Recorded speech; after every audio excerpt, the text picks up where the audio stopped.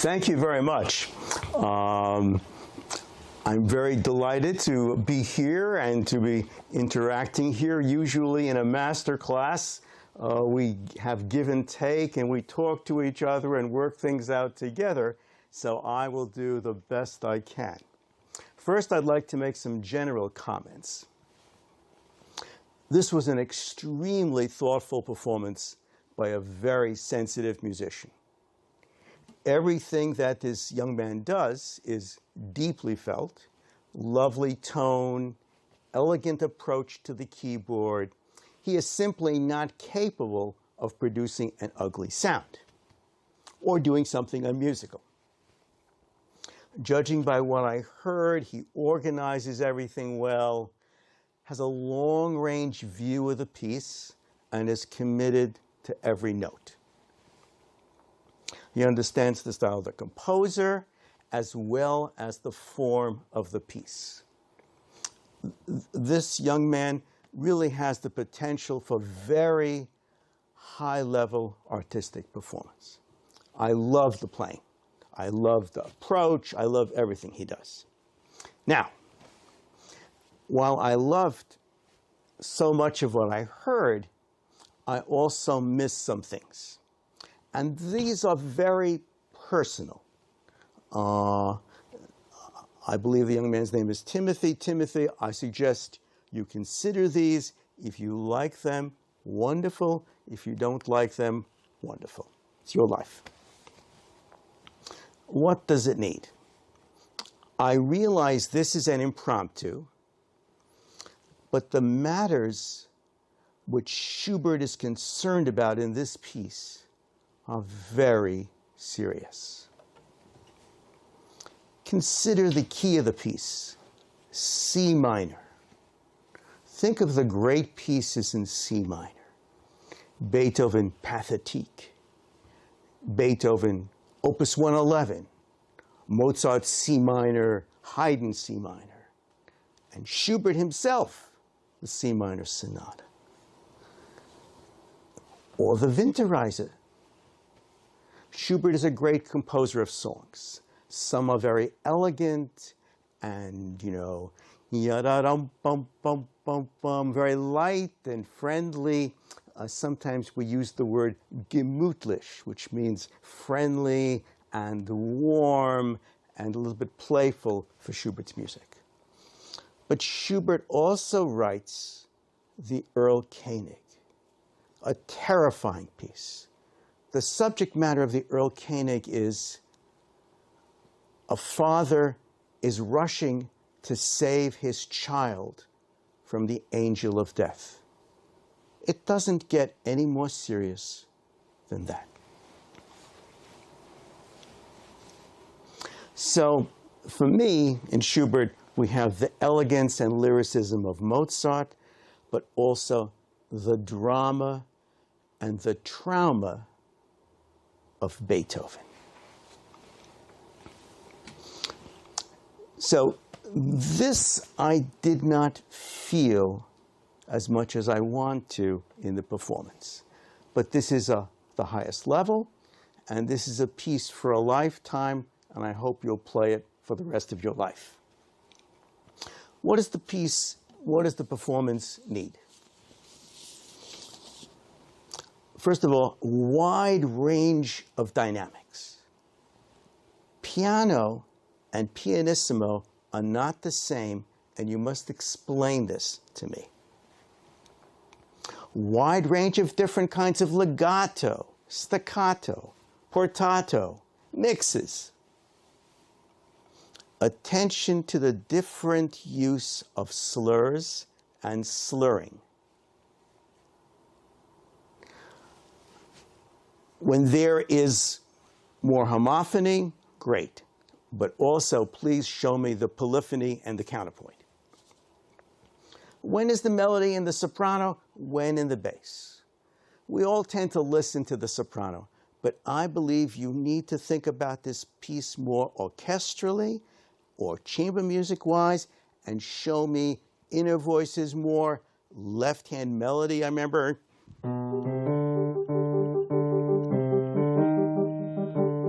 I believe it's pianissimo there, so very light in the right hand, you know, okay. Also, when to play in different places of the finger. Sometimes we play on the fingertip, sometimes more flat of the finger. This is up to you, depends how you hear the sound. Also, sometimes I feel you move your body the same way for the forte places as for the pianissimo places. When you play the pianissimo places, consider maybe sitting back and just letting it happen, especially if there's no crescendo there. And with the forte, you can use your body to help you. And finally, last point, the meaning of the different keys that Schubert is using. If he wants to be lyrical, A flat major, just like the other composers, you know, beautiful lyrical composers. For Beethoven, not exactly a lyrical composer, but that piece. Or Schubert himself. Okay. G major. When he's in G major, who do we have in G major? Mozart. Okay, so G major reminds us of that. Or in Beethoven. Or Schubert himself, the elegance, the lightness of G major. But when it's in C minor, it's titanic. It's 111 and the pathetique. So these are the things I would like you to explore a little more, just general ideas. And you're always free to reject, etc. I'll just go through the piece a little bit. I'll try and move quickly, although, again, this is a piece for a lifetime. So when you start, again, you're very artistic. I love what you do. But maybe you can do more fortissimo. Not harsh, because that's not who you are, and I don't want it. But none of us wants the harsh. But maybe that depth. Maybe put the pedal down. Yeah. And really, and after you play the note, keep playing as the string player would play. It reminds me of there's a Brahms C minor, you know, that's C minor quartet. Oh yes, that's the kind of sound, at least for me. So I would suggest more. And then we have the wonderful theme, yes, which you play very beautifully, of course.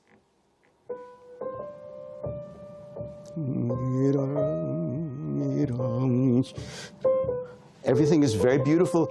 I would suggest as you look at this, you think, he's got a lot of little slurs. Why does he want that? Why isn't it?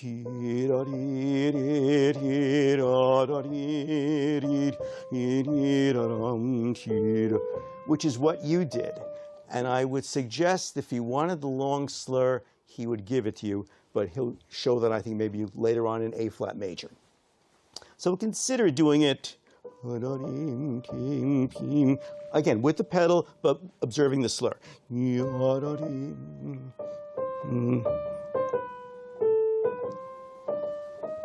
So that's my suggestion. Now, the next place is the same tune, right?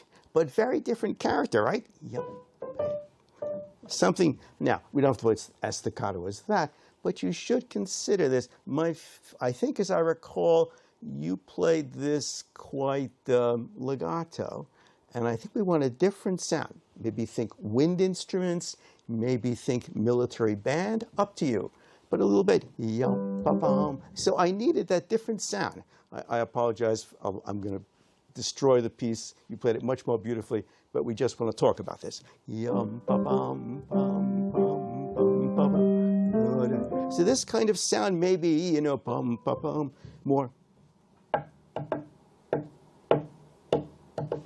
emphasis on rhythm and sound. And I think that's what I maybe missed in your interpretation, was too much elegance and lyricism. We love elegance and lyricism, but maybe we need more contrast of rhythm and wind sound to consider. And then, of course, the second time, if you want it more beautiful, you can. That's up to you, yes. And then again, the wind sound, yum, pa pum, pum, pum, yum, pa pi, da, da, etc. Okay. And very simple, no crescendos. So let me talk again, this beautiful, really, it's a jewel of a melody. But what I'd like to say to you, this melody can be like a jewel that you put in different settings, okay? And the setting determines the mood or the character, even though the essence of the jewel is the same, is universal. Okay, you understand all this? Okay, and then, now I need more inner voices for you. And then back to the wind instruments. And forte. Yum, pum, pum, pum, pum, sometimes your forte is a little too polite. I want not loud, but strong. And check out how many fortissimos Schubert writes in the piece. He has one down here at the bottom of the page. Yum, pa, pum, pum, pum, ya, da, dee, da, dum, ya, da, dum, da, da, yes, da, dum. Now, you play the next part piano, or it sounded to me. Why? Yum, ti, dee, yes, right. So strong, right? And then there's no piano here in my score. Yes. So we finish in C minor. I know we're going to A flat, but don't anticipate. And then we reconsider. Yes. Yes. But still piano. If you don't play the part before piano, you can play this piano. Too wonderful. Then, first pianissimo since the opening. And again, when I always see D flats, I think Neapolitan. I know it's going to A flat, but I like to think Neapolitan. And you'll notice he very often ends sections pianissimo. So let this be a kind of refrain, kind of ties everything together. Sometimes different mood, but this is what we need. And then enjoy. You play this beautifully, wonderfully. This is all lyrical and wonderful. Yes, I love your singing, yes. But don't be afraid to do more, yes. You do it. But I have to figure out what you want. The listener does not want to figure out what you want. The listener wants to be explained what you see, what you feel, what you understand from the composer. So be very clear. So make sure this is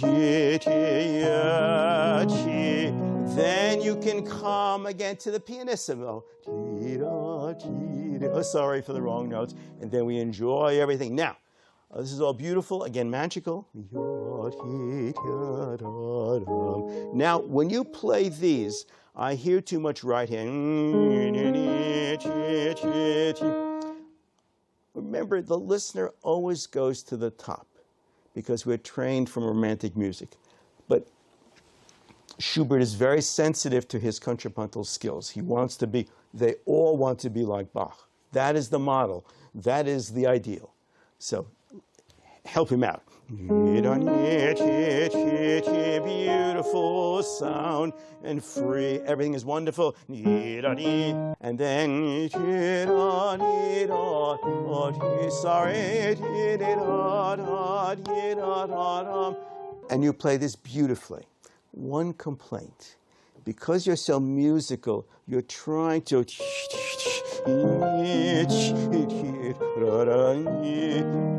be expressive. Sometimes it works better to not be expressive. Sometimes the singers are taught to sing with closed mouth. It's a very special effect. And we can think about this at the piano.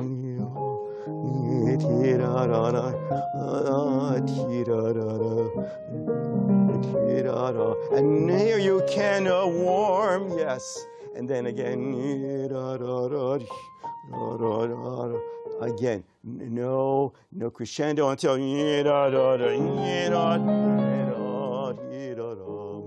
now. The next part, great part.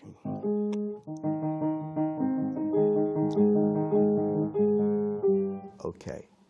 Again, he asks for crescendo on the second part of this phrase, not on the first. Don't anticipate. Yes, that's it. And then,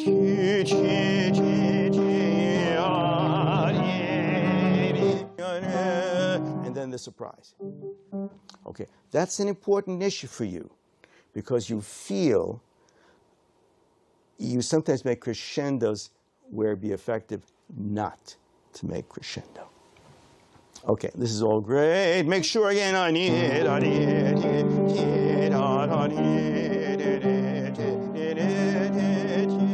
then you're fine. I just need more in these places. I need terror. Remember that Schubert wrote the Earl Koenig, and you're in C minor. I know that you're a gentle soul and you don't get angry. At least so it seems. But I need you to get angry here. Schubert is angry. This is C minor. It's traumatic. Okay. And then, and this is the next page. Everything is beautiful. Yes. And when you go to, oh, sorry, what is it? Again, we're in G minor. Again, you do it, but I feel it's too controlled. Take a chance. Please play a wrong note. I've played enough for everybody, but you should play some too. I need that desperate and out of control. Again, I love it, I love it. Before you get to G major, please. Bass. You play beautiful right hand, but I don't hear. I need that. So again, you may say you know that. Knowing it is wonderful for you, but this is a performing art. You need to explain it so that I understand it, that your friends understand it, that all the listeners understand it. So, and it's rich. And then when the next part comes in 10 seconds, you can keep the left hand as quiet as you want. Now, when you play, please don't do. I know it's beautiful that way, but I ask you, try it, trust Schubert a little bit and don't make the crescendo, but just, and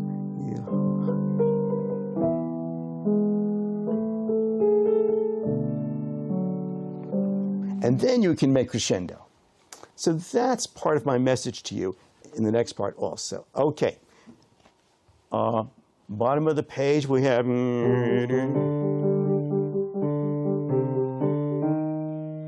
the cello wants the opportunity.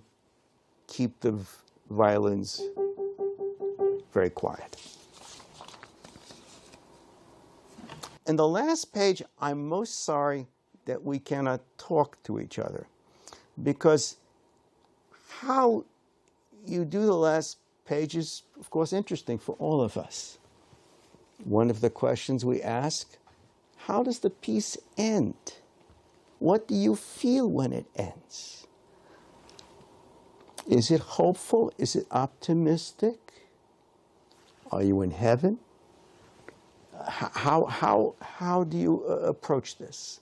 So those are the things I'm sorry we don't have a discussion. But what I want to say to you Again, sometimes no crescendo.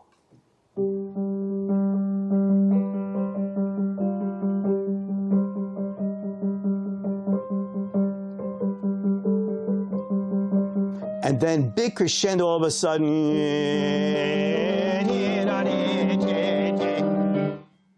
That kind of explosiveness, that kind of desperateness, maybe here. If you don't like it here, put it someplace else, up to you. That I might need. And then the last time,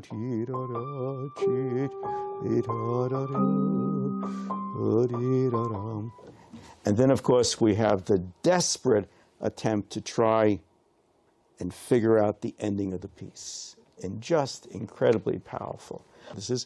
There are 3 Ps.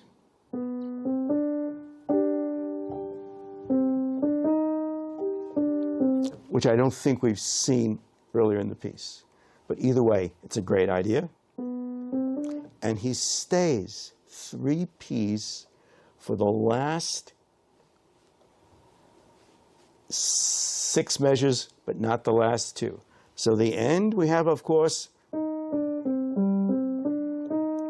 and then,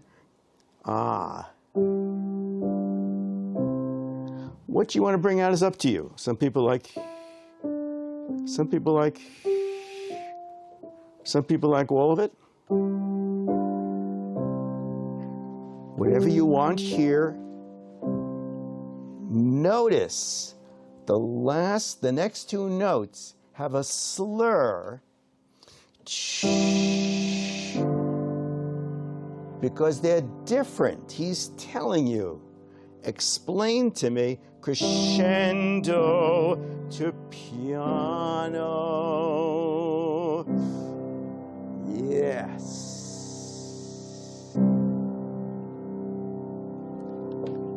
How you want to end, how you wish to end is up to you. But don't ignore that last. He's working on the details up to the end. So again, these are some of my ideas. Every life is very personal. You like these ideas, it's wonderful. You can pick and choose. Most important thing is I love how you play. I love how you approach music. What's wonderful is that you communicate to us that you need the music, that you cannot live without the music, and that makes us enjoy it. So thank you very much.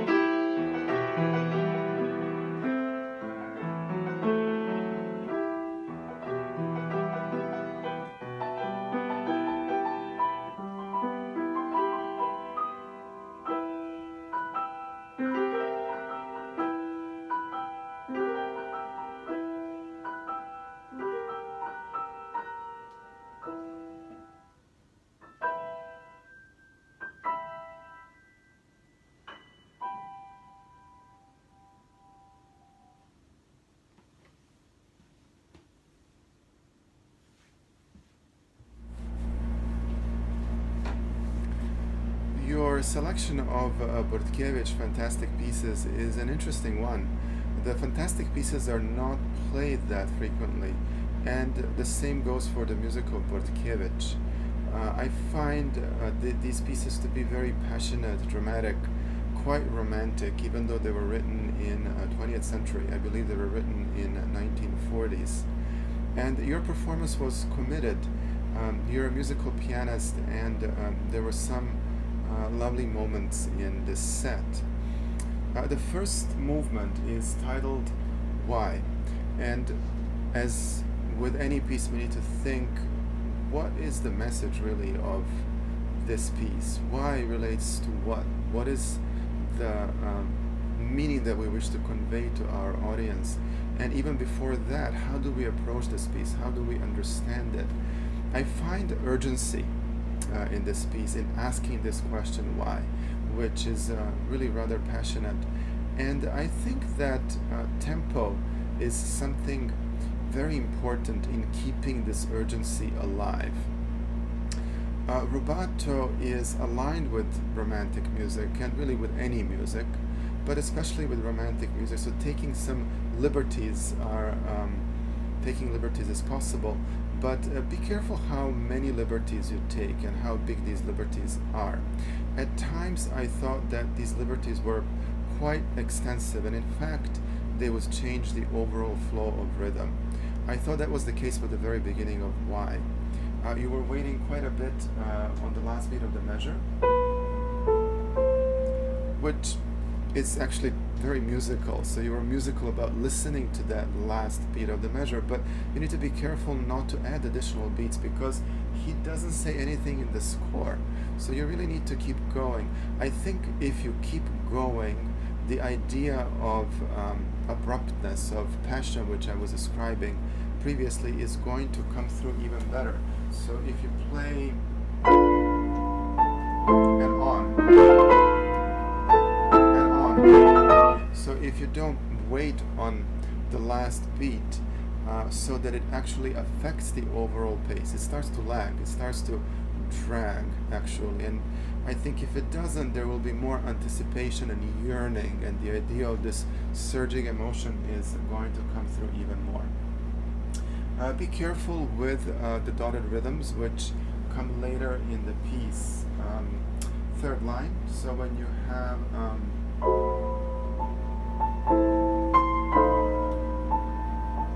so these dotted rhythms should move forward, should flow better. Try not to get stuck on every beat, which is going to compromise the phrase. The phrase is going to become more stale and stagnant. And also try to balance very well. That's another important concept, not just for this movement, but actually for the whole piece. What I mean by balance is balance the vertical voices, so you have multiple voices that are stacked on top of each other. Try to balance them better and don't play them all the same way. So for example, the spot that I just played, top voice really singing, so try to, yes, hear the bottom, hear the harmony, but balance it a little bit better so that it's not all the same, but becomes even more fragile. It is such a pleading moment. I find it painful inward, and it's important that you also try to portray that in your sound. There's something very fragile and delicate about it. At the end, try to respect the sigh. So you have sigh, and another one, and a sigh. So retreating, it's quite a dark ending. We need to hear that exhale, that breath at the end. Next one, a dream, creates a different atmosphere altogether, becomes more sweet, becomes more tender, and we need to think of the right hand melody in that spirit. So the right hand melody really needs to be more continuous and longer. Try not to break it up. And then new beginning.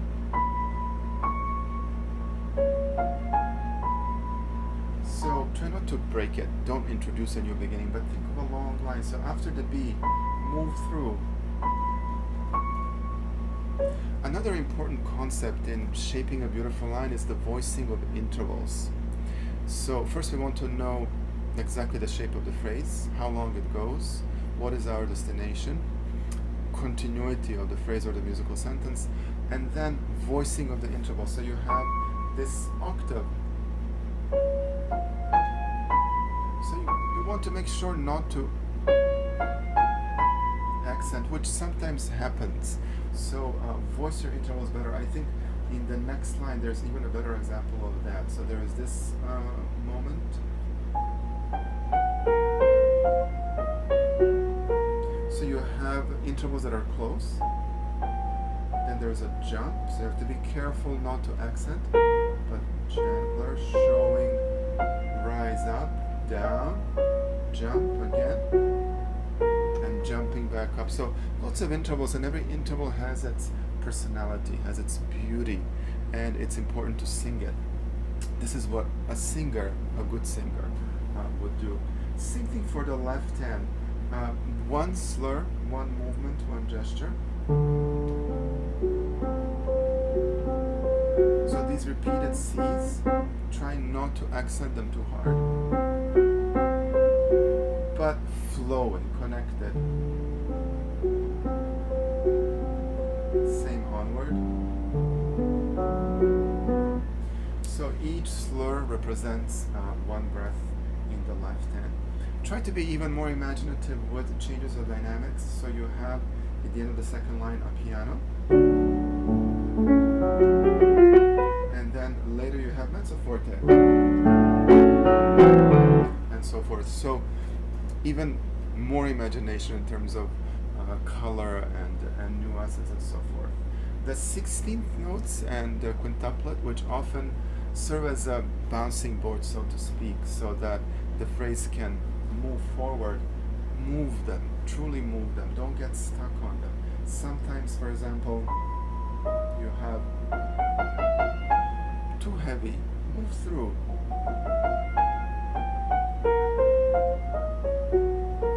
that the line can truly be chiseled like a beautiful sculpture, and it can really sing like a good singer. One more point I want to bring up in this movement is later when you play here, be careful not to show every quarter note as an accent. I'm exaggerating, but stay away from emphasizing these beats. Try to think of it as one long, smooth line. So I would suggest actually practicing just the top voice first, so that you can think one slur as an exhale, as a decrescendo, really. Then practice just the bottom voice.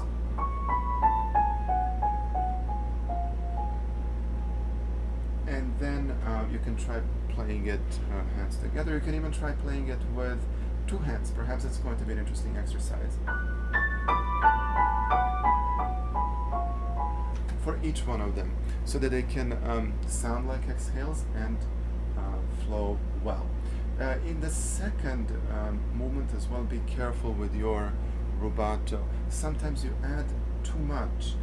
Look at what Bortkiewicz says. Look at his markings and really follow his markings instead of adding your own ritardandos. I'm saying now ritardandos instead of rubato because there is a difference between rubato and ritardando. Rubato is just a slight wavering of tempo, so just slight change, but ritardando is actually stopping the pace, and that's what you're doing more frequently. There is too much of stopping and starting and stopping and starting. Sometimes even at the end of a slur you would stop and then start again. Even though one would not think to practice something so expressive with a metronome, I think it will help you, because when you work with a metronome, it's going to educate your inner pulse. Remember, when you practice with a metronome, you don't have to sound like a metronome. You can still play with a beautiful phrase, all the sounds that you wish to use in your sound palette, but have the idea of how it sounds in strict time, and then you can take little liberties so that you can indulge the sense of small rubato. The next one, the awakening, I find it to be the extension of the first one. So being very passionate and dramatic, there's almost something foreboding, something scary about this one.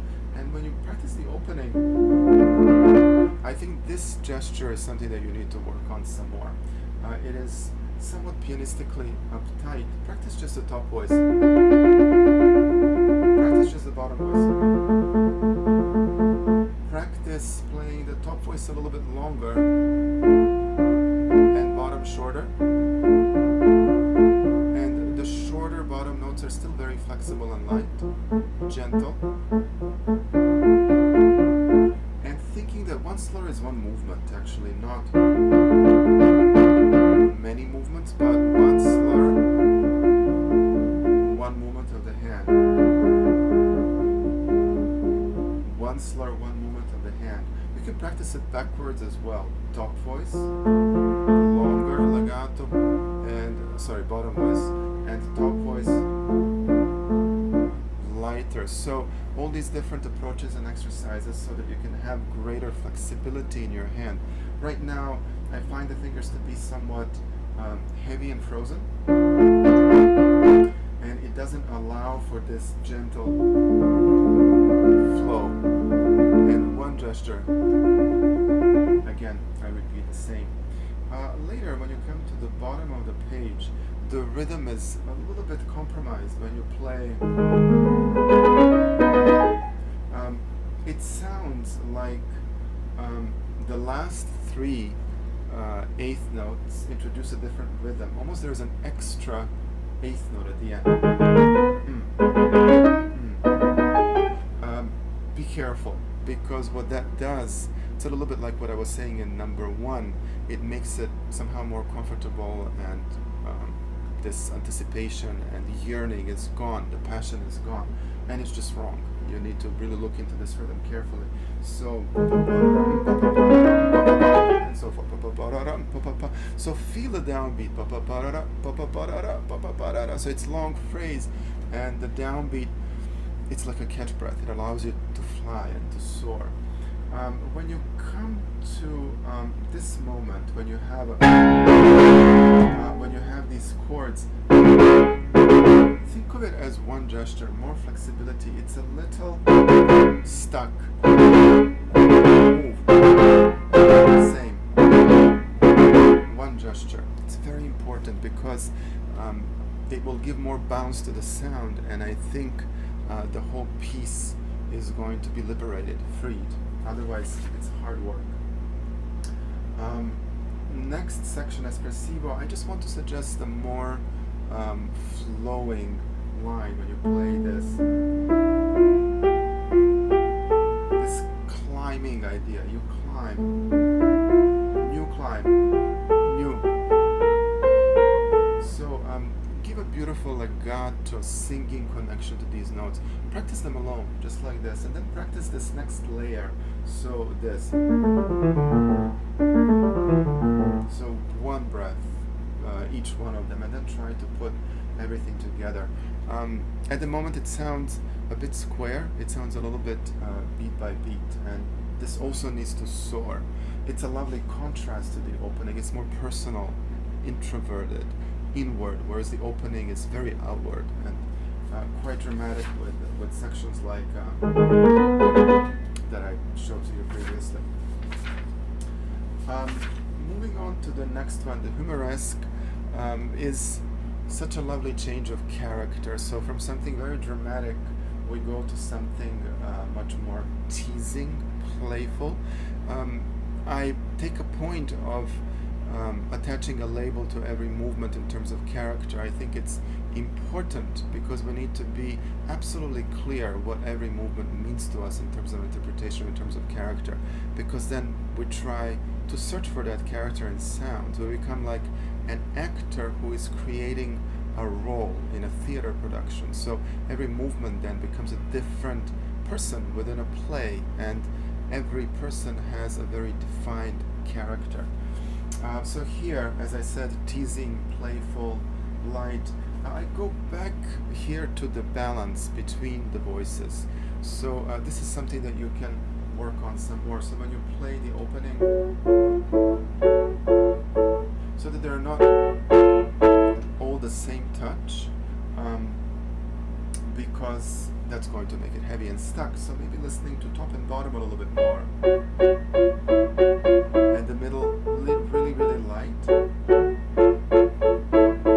Also, that's going to allow you to feel the phrase better, which actually is one gesture. Instead of giving three separate gestures. Very important that there is this clarity of direction, because the phrase goes to the downbeat of the next measure.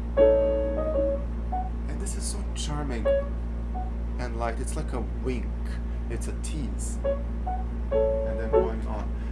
The left hand, think about it again like one gesture. One movement. Try not to think one at a time. Very important that there is one movement. I understand it's staccato. You may give yourself liberty to practice it connected. First, practice it smooth and connected, and then separate and play staccato. When you play staccato, though, activate the first joint of the finger. So, tickling, so that there is a lot of lightness, but speed. Speed in the finger, which gives good energy, but not weight to the sound. And then that's going to give it, I think, a lovely character. And so forth. Instead of weight, we don't want this movement to be weighty at all. The next section with, I thought that was quite nice how you played it. I would still think in terms of lightness. So your fingers don't have to be so heavy. So it doesn't sound like an etude.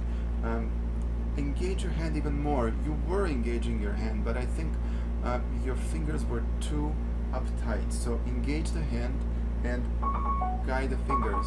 And yes, there is a tune. There is a melody here, but it doesn't have to be very heavy. It will come through. It will come through. So it's again what I mentioned a moment ago. So fingertips are very active and very light, transparent, fast, not heavy, and the fingers are guided by the hand, not individual, because listen, it cuts. You can hear it. It cuts That's the phrase. One more point I'd like to make here, that's the left hand. The last note of the slur on the way up and quick movement to the next. So think the last note under the slur on the way up. Already last two notes, in fact. If the last note under the slur is too heavy, it will be very difficult to move the hand to the new position. It's a fairly big jump. So if the last note is heavy, you won't be able to jump with ease and it will sound clumsy. So consider that as well. And then again, you're making some retardandos here, like the ending of the first ending of this section, second ending, you're creating large retardandos. You're basically stopping.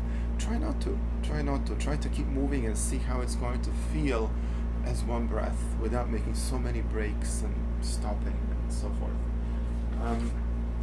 Number 5, this is so charming and elegant, number 5. It's so sweet and touching. You have several C sharps at the beginning, and I think you need to think of their role. So you have, so not the same.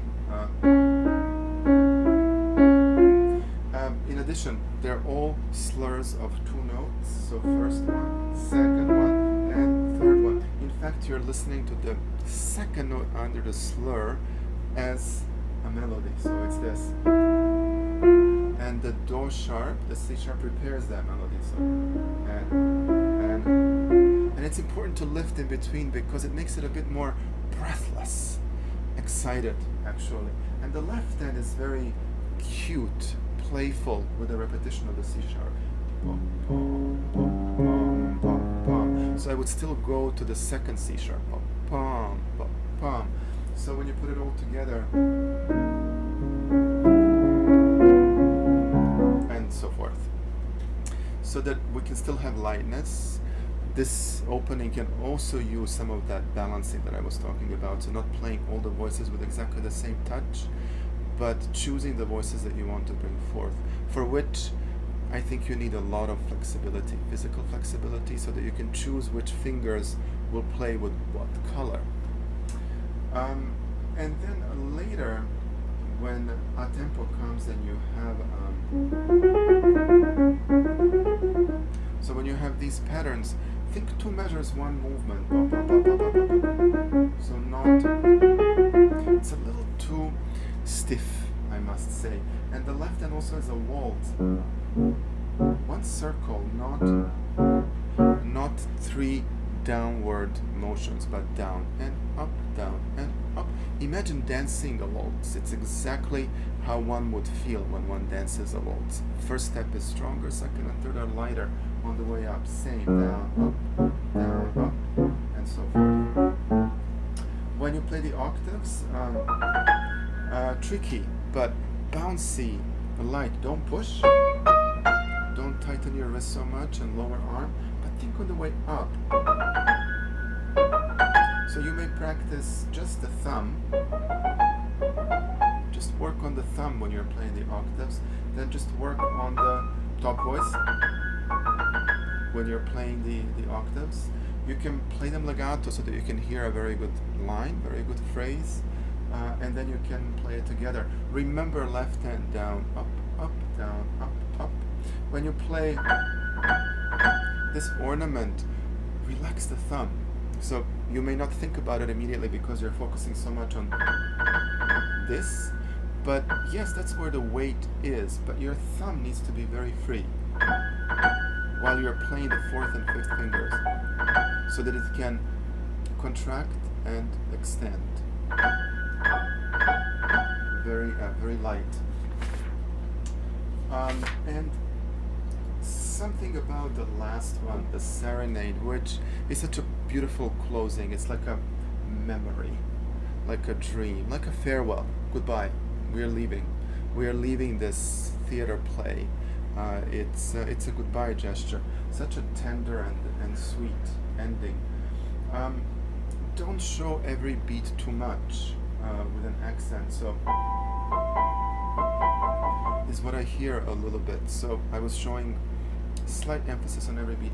Think 1 slur one gesture, one movement of the hand, as you see. You may think just, or you may practice just the beginning of every beat. So first beat, second beat, third beat. First beat, second beat, third beat. First beat, second beat, third beat, as one gesture. So you can really feel it as a continuous line, then add other notes. Because ultimately we want to hear it as one long line.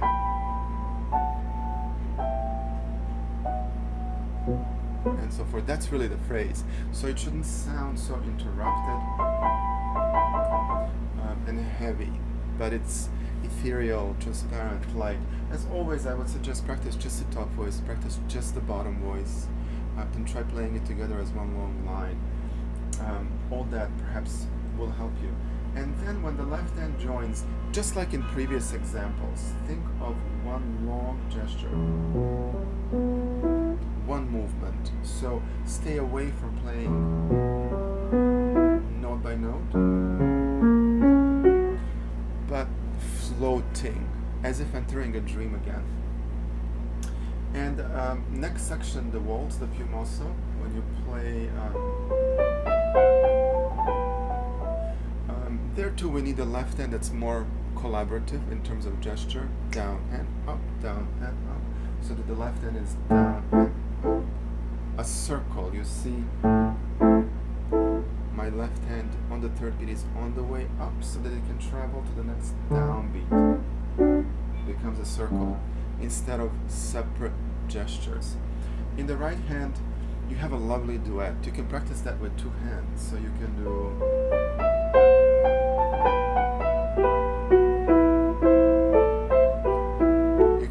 with two hands. You can really hear it as two people singing, and then try to evoke that relationship of a duet when you play one hand. And then later there are octaves, which when you start and so forth, when you play that, there too I would say practice octaves similarly as what I suggested in the previous number, in the previous movement. So again, I think that your work is very good on this piece. I think you have done quite a lot, and I wish you great pleasure in your continued work on this cycle. Again, great choice. I wish you get to play it on stage in front of people, because I think audiences should be more aware of Bortkiewicz and of the cycle. Good luck.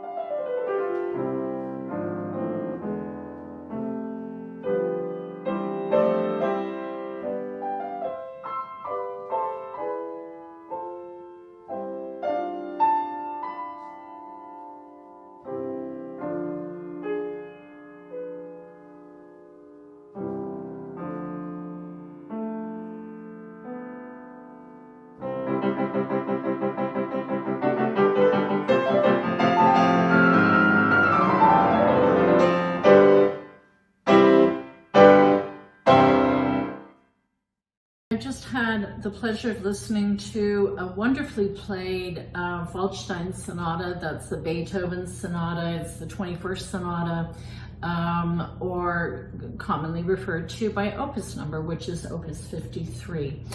As I said, I just heard a really wonderful performance of the first movement.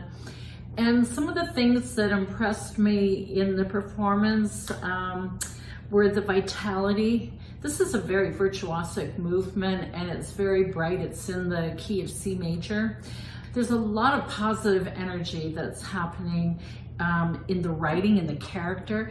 And I thought that this was something that you achieved extremely well. You have a good facility, you have a good energy, and you use your technique well. There are a lot of difficult passages to master here. And I would say that you really are on your way to a very successful performance and of this major sonata from Beethoven. It is a sonata that we hear performed often, and there's good reason for that. It's because the writing is so exciting, and it's actually just fun to play. And certainly when I listened to your performance, I made well aware of the fact that you enjoy getting around the piano and that you have great facility. So I'm going to skip over some of the technical aspects that are in this movement, because I think that that's one of the elements that you're very focused on as you're preparing. And I would like to maybe speak about some different things that, through what I hear today, I'm not convinced you're thinking of or haven't yet addressed in your polishing of your already good work on this movement. I'd like to speak a little bit in general and then show you some places specifically. So I have 3 general comments, and the first one is dynamics. Now, I find that when I'm listening to you and as you're performing this piece, that you're doing very, very well to play, and you're very aware that some things are loud and some things are soft. But I feel that you play extremely well, and at your level of ability, I would like to hear even more control of the dynamic range. I find that anything that is in the mezzo forte to forte range, you play, it's very clear, it's very brilliant, it's very appropriate, and it's very impressive. So congratulations for that work. However, it's the lower end of the dynamic spectrum that I'm not convinced with. I think that you have a ton of room to explore soft and softer and softer. And softer still, so that it's almost barely audible. And that's what's so difficult in this sonata, to get some of this figure in the background. Yours is very comfortable as you play. I would love to hear what would happen if you worked more to get a much softer control, so that there's more excitement, there's more feeling of anticipation. What is going to happen? What is going to happen here? But I feel like I can already see the story here should do this instead of much softer.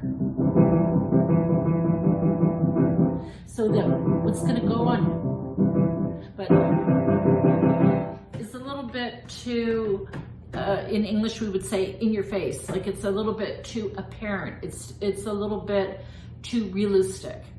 So think about that, and think about controlling.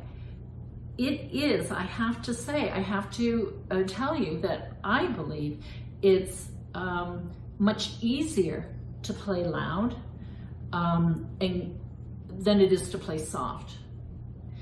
In both dynamics, we want to have a whole array of color and qualities in those dynamics, and I believe it's easier to achieve them when you're able to play with your energy really flowing.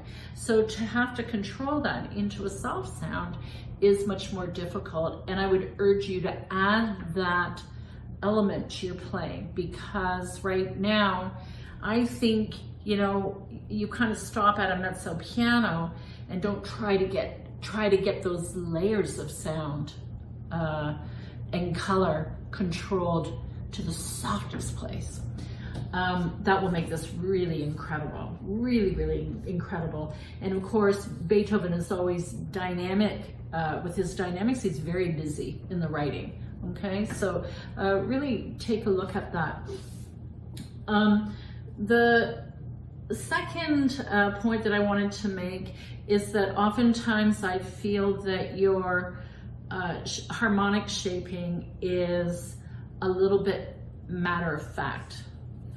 So we see that a lot in the second theme, as you have this here, you've got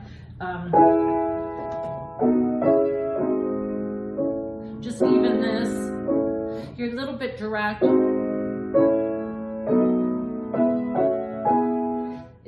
Instead of, again, having a higher quality of care in the way you play the dolce and the sound that you get here.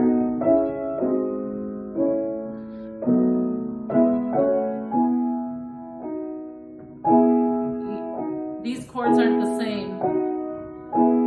You've got a tonic and a dominant. So I find that you're a little bit too matter of fact. So I would ask you to slow this down and listen to the chord that you have.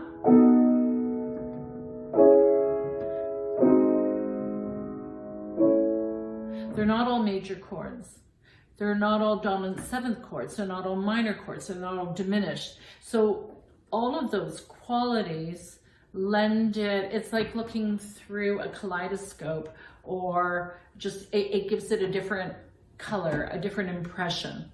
So it's not that you would do it by taking time, but just being sensitive to the harmonic color.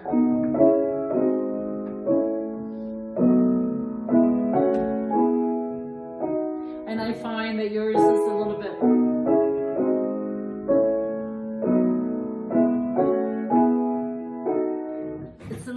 it's a little bit too straightforward. So perhaps you could think about that. And the third point I wanted to make is that throughout the movement, you really do have a great tempo.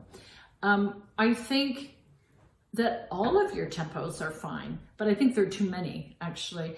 And where I sense that there's a bit of trouble or fluctuation is when you move from different units of value. So in other words, as you're moving from eighth notes to 16th, or especially when you go to triplets, like I noticed in the exposition and the recap, when you come out of the sixth theme and you have the triplet, it sounds a little bit, it sounds like you slip on it. It sounds a little bit like you're on ice. It kind of, and you eventually get your triplet into the right place. Now, I agree that it doesn't have to be accurate, like something metronomic, but it sounds that it escapes your control, and that's why I'm speaking about it. You know, I also noticed there's another rhythm that happens, and I marked it here in my score. Let's see, where is that?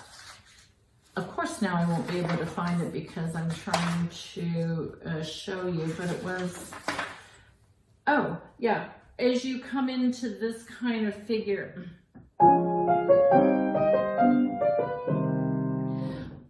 often, and listen to it on your recording, it's too quick on the quarter note. There's a feeling of, so I call that problem compressing. right? When things come too quickly together and it's like they get compressed. I wish I knew how to translate that word, but I'm afraid that I do not.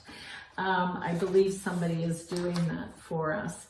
Another place that would show that compression is in the development section. And again, let me just see if I can show you where that is. It's in the sequence that you have, and it's interesting because Beethoven marks it with a little crescendo, and certainly I find that you're doing the right thing. Again, this is in the triplet section. So as you have, it starts with this one. But what happens in yours, because of that crescendo, the first one always sounds like it pushes ahead. You get a lot of, right? Or instead of not, and you do it on each one. So the feeling is that it sounds a little bit like you're on a boat, and that you kind of, the boat pushes you forward. It's interesting because your intention of what you're doing is great. The idea that you're shaping in that regard is wonderful, but it can't make us feel like we got pushed into it or fell over it. And this becomes especially dangerous because Beethoven repeats that sequence so many times. And if you do, so it's 1, 2, 3, 4, 5, and then 6, 7, 8, 9. I see 9 of them. If we keep doing that 9 times, it really does feel like we're on a boat. And the listener starts feeling like maybe they're going to be seasick. And of course, that's not the point. One thing that I wanted to suggest, and it's kind of fun actually, a way of learning how to go between those rhythms is to simply take a metronome. I have one here, and this is just 80. And you can clap different rhythms to that and make sure that you can move relatively perfectly between things like 8th notes, triplets, 16ths, rhythms. So if we went in groups of 4, I'm going to show you. So if you start with the 8th notes, you have triplets, 16ths, triplets, 8th notes, triplets. And what happens, I think, when you're going back and forth, there's always a bit of adjustment. So for example, let me do a short version of that. You have, let's say, 8th notes to triplets. This is what's happening. And then you adjust and you get the triplet back. So that understanding of how things can be fluid and relative is something that I think would help the sonata. I noticed that when you come out of the triplet and then you go to the 16th, the same thing, there's a slight adjustment. So to me, it sounds like there's a small earthquake in the music. So as you go from triplets, has to be accurate again. Or another way of mentioning to you what I'm hearing is that it sounds like it has a different tempo. And that tempo is coming because the transitioning of these graduated rhythms, shall we call them, or units, is not smooth. So I think, yeah, you play so well and you're so very talented. If you were to just spend a little bit of time doing this, you can even put a metronome on and look at the rhythms that are in your Beethoven sonata, any other piece of music where you have complex rhythms, and do like an ear training exam by clapping the rhythm with the pulse. That I think is a really important point to think about as you continue your work on this sonata, because right now what's happening is that it interrupts the structure of the movement as a whole. So if I hear you in sections, those work well, but they kind of don't line up well together. Also, too, I do want to make the point that oftentimes that problem arises if we practice too much in sections. So if you just start on one section and then go until a new section is introduced, you'll oftentimes not have a smooth journey as you move from one section to the other. So I would ask that you would please be careful with that point. I do have time to make one more point with you, and that's in the beginning. I would like to talk about this, the end of this motive that you have here. And then you have,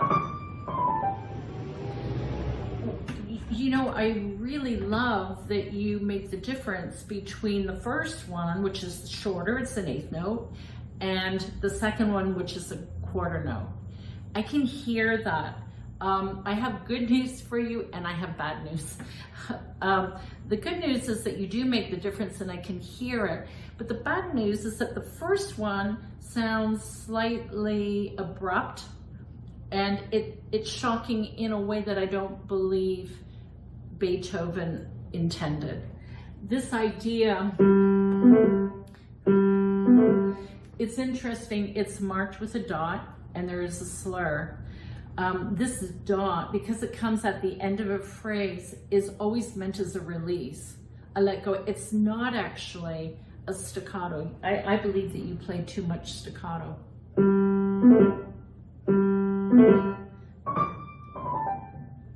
And then you do the longer tapering. But in the eighth note, it's possible to play the shorter value without being so dry. And that's important. And you're consistent with that. So it's something that is your intention to play the next time. But it sounds to me a little bit like you're spitting in our ear instead of having the same gesture or phrase end. And this, I believe, is very important. So just be careful of that. That's something that happens over and over until you get to this place here. You don't have staccato. I mean, that's the first place really that you have the staccato articulation. So everywhere else, and this is throughout the movement, this idea, and then it should not be as short as that figure. Okay. And we talked about the triplet. I mentioned, but I do want to say again, that bridge, those beautiful triplets that need to be so fluid, work to even them out. It's the bottom that you have. It's the bottom that tends to kind of go and then stop. Okay. And I want to say that a lot of the work on the 16th passages that you had in this sonata are very, very well prepared, and very accurate, very clean, very clear in your technical finger work, and that's excellent. One thing that, here's the place, in the beginning, I was talking about being so soft, And I love this place where Beethoven writes for you. This is pianissimo. And what follows is pianissimo. And this is so important.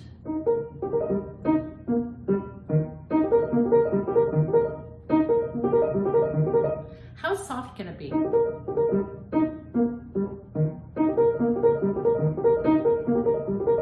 But you kind of go with mezzo piano. And it sounds heavy to me. Really, really work on this because you have all of the ability to do this in the most wonderful way. Just before I end my session with you, I do want to mention that I noticed at the end, I'm not sure if it was just a little mistake in the memory of your wonderful performance that you recorded for me, but you do have a wrong note in the left hand here. This is on the last page, by the way. So just be careful. I don't know why that G sharp was missing. So just take a tiny look at that and get that G sharp back in there. And the other place that I thought was a little bit awkward and not correct, again, it could have been a mistake, but just take a look at it. 1, 2, 3, 4, 5 bars from the end. Please be careful that you have that left-hand figure, and as you change from the A natural to the A flat, take a look at how that's happening because it wasn't quite accurate in this performance. I so enjoyed hearing you, and I want to wish you continued great work on this incredible sonata. Certainly, I hope that you're working on the second movement and the third movement because it's important to play the entire work. And I so enjoyed your good work already, you know, just judging from the first movement. So congratulations to you and good luck with your future work. Thank you.